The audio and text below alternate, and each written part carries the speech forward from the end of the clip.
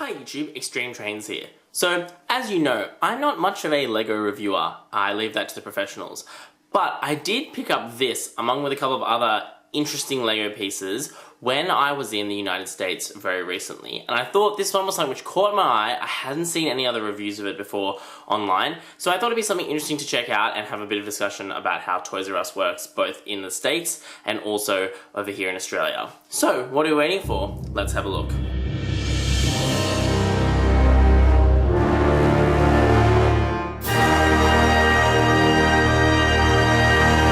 So when I was in the, definitely not as good as the original, but still pretty decent Times Square Toys R Us, I was wandering through the LEGO section and saw a large variety of LEGO stuff, far bigger than the variety you usually kind of see in a lot of Australian stores, and particularly in the way they had big displays.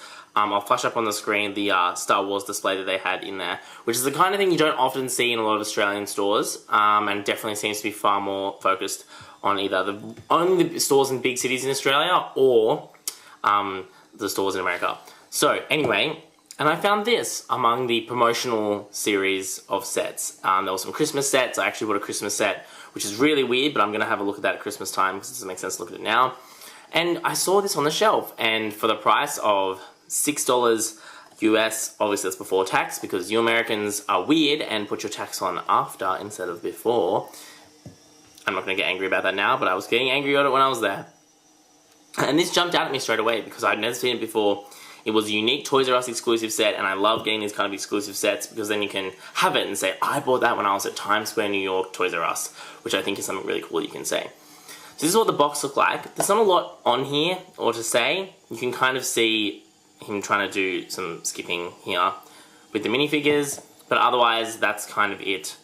Interesting to note just how many places the components are all made these days from LEGO, which is cool. But otherwise, that's an American thing. Note here too that these are not printed on like Australian LEGO boxes. Only American ones, as far as I'm aware, print the piece count and also what it is. A lot of the Australian ones just have this. So if you're from somewhere else in the world, that's just a little interesting thing to know, that LEGO doesn't look the same everywhere. Alright, we don't want the box, we want what comes in the package. So what do you get? You get these two minifigure children, who I'll look at in a moment. Here I don't want to stand up.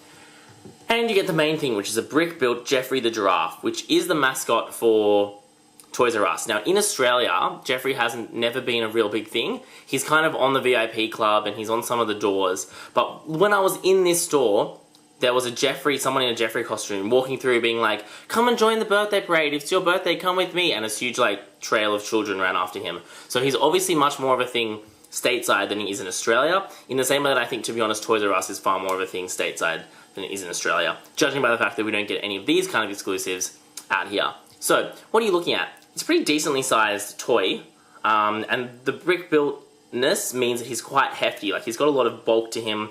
He doesn't feel flimsy or he's going to fall apart, and it's a real nice kind of size. So, obviously you get the head here. I think this is probably the creepiest part, to be honest. I understand they were going for like the kind of nose of the giraffe, but he just kind of looks, this is meant to be a moving mouth, as the website describes it. But like, oops, as you can see, the head, this is the one part that doesn't attach very well. The head is not super well attached. It just kind of looks weird, like, ah! It looks a bit like a bird or something, particularly with these ears. And again, I understand the giraffe ears, but to me, like, they kind of make him look a little bit more like a bird than a giraffe. And I don't know how they could have done it any better, because I'm not, you know, a LEGO designer. I don't make any of my own LEGO stuff, so I don't know how they could have done it better, but yeah. To me, the head section is the weirdest part, because I think the rest of it actually looks quite cool. I think they've done a really good job. The stickers here were all transparent back stickers. There's quite a few of them, as you can see, but I think they make it look really quite cool. He's got little arms, he's got the little legs, using those new, or the newer style mixel ball joints, which I think are really cool. I think the rest of him actually looks quite good. And even, to be honest, from the side and stuff, the head looks alright. I just think the way the head, this mouth part, really is weird and throws off the look of the rest of him. Because I think he kind of looks weird with his mouth closed, but he looks very kind of creepy and like a bit like a monster more than a kid's friendly toy with the mouth open.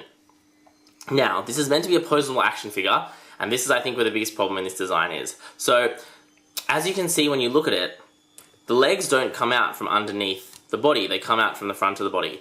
What that essentially means is he doesn't stand up because he's too back heavy. So even if you straighten up his legs, and you know, his legs are straight, as you can see here, because they come from the front of his body, game over. And then because the tail is so short, you can't really make him stand on the tail either. He can a little bit, he does lean backwards, but to me that's a little bit awkward. So it means that trying to get him into the pose that he's on the back of this box, which I've said I've tried to do a couple of times, and maybe the magic of being on camera is going to do something for me that it couldn't do otherwise. He's kind of going like this, and he's like a bit shook.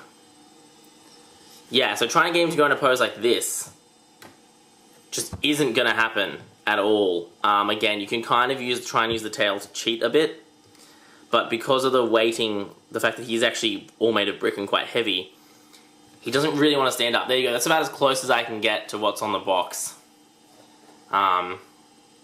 without him falling over. So, to me, even though this is, you know, in theory quite poseable, because of the way he's designed, can't really pose him that much because he'll just fall over all the time. So if you want to just play with him as like a doll kind of thing, because, you know, dolls don't really stand up by themselves, that's fine. But in terms of an actual poseable kind of figure, he really does need to be balanced a fair amount and have his one leg back in order to do that, which I think is a little bit of a wasted potential, because otherwise I think the posability in the arms and the legs is actually quite nice. It means you can get him doing some cool stuff. It's just that he's always in the fear of constantly falling over. So there's that. In terms of minifigures, you get two. I think I put the faces on whichever one I wanted, because I don't think it matters which one face is face. Cool reference to classic Lego space on this torso. The other one, I'm not sure if it's meant to be a reference to possibly like Lego Friends or something, I don't know. But either way, nice little figures. Now one of them, this one, which I think is technically meant to be the girl's face, but I don't think it matters, has a sad secondary expression on it as well. But I think obviously the happy one's much nicer. This face does not have a secondary expression, it's just that one. You can pull it off and you can just see it's just the one. So I think these are quite nice. Cool to get some actual figures in a set that's not about that, and I think it just means that if you want to collect minifigures, this is a cool way to get some kid figures, and also, you know, they just give it something a little bit to add to it. So yeah, that's the Geoffrey set. What are my quickly final thoughts then? So the first thing I think about this set is that even though it doesn't quite pose very well, it looks a little bit weird, it's a fun toy, I think, and it gives you, if nothing else, a lot of the yellow, I think it's Keat Orange is the technical term, colour for it that I've seen some Lego YouTubers use. It gives you some really good pieces in a kind of a rarer colour, so if you just want it for that, like, go and buy it. I think too that for $6, that's really a decent value for the amount of stuff you get, and the fact you get two figures in there as like minifigures in there as well. I think that's pretty cool. The main thing though is just that where are these kind of exclusives in other places around the world? Like, the reason that Toys R Us apparently can justify their incredibly high prices, which in Australia Toys R Us is usually more expensive than most other stores, is meant to be because of stuff like this. But the problem is that particularly in Australia, we often don't get any of these exclusives, and I know, as also being a Transformers collector, as you may or may not know, we get about half of the exclusives that the States do. And I understand that obviously there are market forces and blah blah blah blah blah, although some of my recent economics would tell me that that's actually just rubbish, that mean that we don't get these kind of things in Australia. It's also just a matter of like, you don't have to, it's not hard to put some of these on the big ship which is coming to Australia anyway, so you can have a couple of them on the shelves. Because to be honest, I actually don't think these have sold very well, because I saw them sitting on the shelves in Times Square, and there were so many, there would have been like dozens of them sitting there. And so to me, I don't understand why they wouldn't just give a couple less to the ones in America and send them around the world, because this is the kind of set which I think is really cool. I think it's a great thing you can say, come to Toys R Us, because you can get these exclusive, never before seen sets. And stuff like this is really cheap, kids probably will recognize it, and even if they don't, it's kind of just a cool, funky set that I think a lot of kids, and obviously a lot of adult collectors as well, would really enjoy. So I think that's one of the mistakes that's been made, particularly in Australian Toys R Us, of them not doing exclusives very well, and when they do them very poorly. For example, they don't appear in all the stores, or they're not consistently stocked. But that seems to be a problem with retail, period. which is why I'm actually going to be much less sad than I think a lot of other people when Amazon takes over the world, because at least they tell you when stuff is in stock and you know you're going to get it when you order it. Unlike a lot of these stores where I have gone to stores every single day for weeks, they've never gotten the product in, and the one day I don't go is the day the product comes in and it all sells out and I miss out. So that's sad, Rex. Alright, anyway, that's enough about me ranting about Toys R Us. Let me know what you think about this set. I just did this review kind of just to have a bit of a chat about it because I had never seen it before.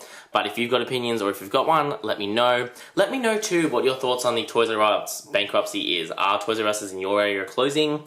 I know at this point it's only American Toys R Us that's been affected, but I have to say, you know, there's a lot of stock on the Toys R Us toys shelves in Australia, and some of it is really old. So don't know what's going on there, but we shall see. Alrighty guys, thanks for watching. Plenty more new videos to come, so stay tuned. That's all we've got time for. This is XtremeTrainz.